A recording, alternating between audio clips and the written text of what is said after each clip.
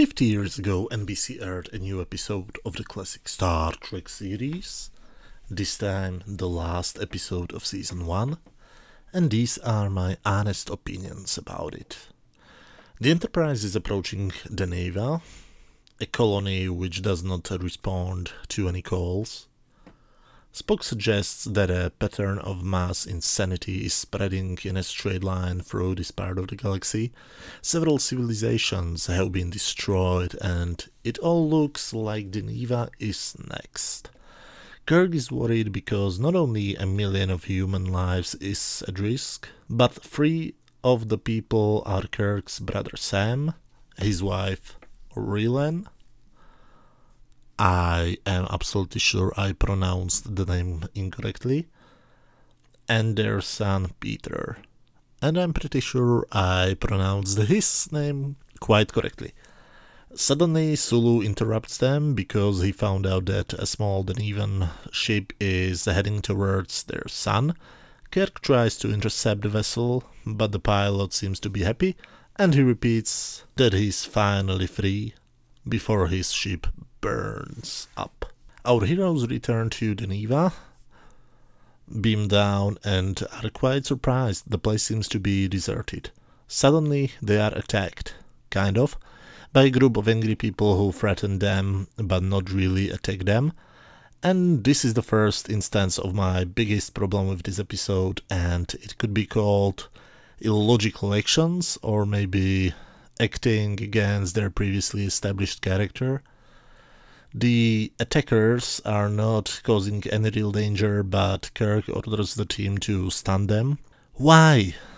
The Kirk we all know now was not established as the kind of a leader who shoots first and asks questions later. Anyway, McCoy examines them and finds out that something seems to be stimulating them even now when they should be unconscious. Suddenly a woman screams. Oh boy, how I miss the screaming women in current TV. They run to the next building where they find Kirk's family. The terrified Aurelian tried to close a vent. Peter is unconscious and Sam is dead. On sickbay, Aurelian claims that the planet has been invaded by creatures brought there from Ingraham B, and they're controlling their minds. When she tries to answer Jim's questions, she is in pain and has to be sedated before she dies in pain. Of course, our heroes beam down, where they find a bunch of weird creatures hidden in the dark. One of them attacks Spock. Spock is now infected. When the creature stings somebody, it leaves behind a piece of tissue which immediately infiltrates the victim's nervous system. So Kirk now has to try to save not only his nephew, his only living family member, but also his best friend, Spock. Spock gains consciousness, walks out of sickbay and tries to take over the Enterprise. They sedate him, but he again goes crazy, runs out of sickbay and wants to beam down. He attacks the officers, but Scotty holds him at gunpoint until Kirk arrives. Now another illogical thing happens. Spock claims that the fact that he's there means that he is able to get back to service.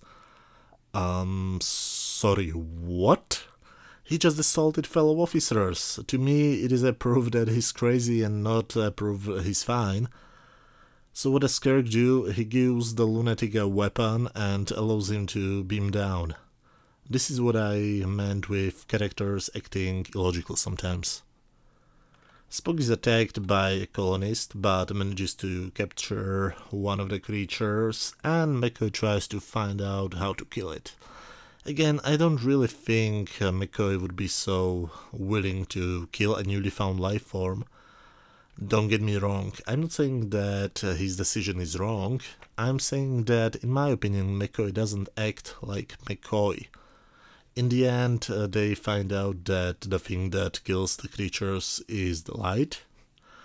That's why the pilot said that he was finally free when he flew into the sun. So now, of course, they decide to test their theory and use Spock as the test guinea pig. The chamber gets flooded by light, Spock gets free, but there's a tiny little problem. Spock is blind. And as a little bonus, McCoy receives the results of the test. He didn't have to use the full light spectrum, and Spock could still be free and see.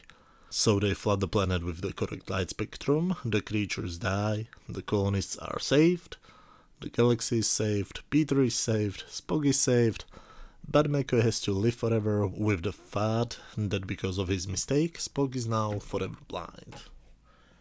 Wouldn't it be a great ending for a season? Nah, that's too dark for the kids, right? So they just had to add a new scene where we find out that Spock has his side back, thanks to his inner eyelid, right? Does anybody of you know the animated TV show Star Wars Rebels? One of the previous seasons ended with one of the main characters go blind. They didn't retract that immediately, but they spent several episodes of the next season where the character had to adapt to his new condition, and it was really well done, especially when you consider that Star Wars Rebels is officially a kids show. I must admit that I would prefer if the first season ended with Spock blind. They could spend several episodes of the second season showing how him and the other characters deal with it, and then if they wanted they could find a way how to cure him, but unfortunately Star Trek had to press the reset button on the end of each episode. Anyway, I really like this episode, but I do have my problems with it. Probably the biggest problem is the fact that there are parts where our previously established characters act illogically, or quote-unquote out of character. The story rehashes also previously used story elements. We had already mind-controlled people who got in terrible pain always when they tried to do something which they were not supposed to do. Remember Dr. Simon von Gelder from Dagger of the Mind? Also, a couple of episodes back we had small organisms which traveled across the galaxy, controlled the minds of humans and themselves were part of a bigger creature, the spores in this side of paradise. But the story as a whole is pretty interesting. I like the fact that the people who we see die are not some random people, but Captain Kirk's only living family members. I also really love the buildings on Deneva. According to Uncle Google, these scenes were shot at something called TRW Space and Defense Park, and I admit I love the architecture. I have no clue where it is or if it still exists, but I'd like to see it one day. And I have a feeling I've seen more sci-fi shows filmed there, I just can't remember which right now. But back to Star Trek and the end of the first season. I think it's a very enjoyable episode, but much weaker than the previous one, The City on the Edge of Forever. Maybe they should swap it and let that one be the season finale? I think the last episode of a TV show season should be interesting enough for the audience to want to come back next year, and while I do like this one, it's just not as good as City. I would give this episode 7 out of 10. It's good, but not that good, if you know what I mean. But those were just my opinions. I would like to read your opinions about this episode. Did you love it or hate it, or do you agree with my above average rating? Feel free to write down your opinions in the comment section and maybe check my previous videos. Now, what will I do for the next week? I tried to do these short, quick thoughts on videos 50 years after the first airing of each episode. So that would mean that I should continue in September. That's what I originally planned to do, to have a 5 months long break, but surprisingly there are a couple of hundreds of people who seem to like to listen to a guy with an Eastern European accent rambling about Star Trek episodes. A few episodes back I suggested that I start to quote-unquote review the animated series, and some people seem to like that idea, so that's exactly what I'm going to do. Next week I start with the animated series, and in September I'll come back with the second season of the original series.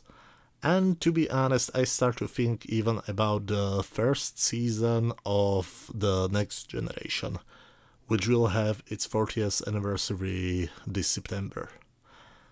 Anyway, thanks a lot for watching, and see you next week.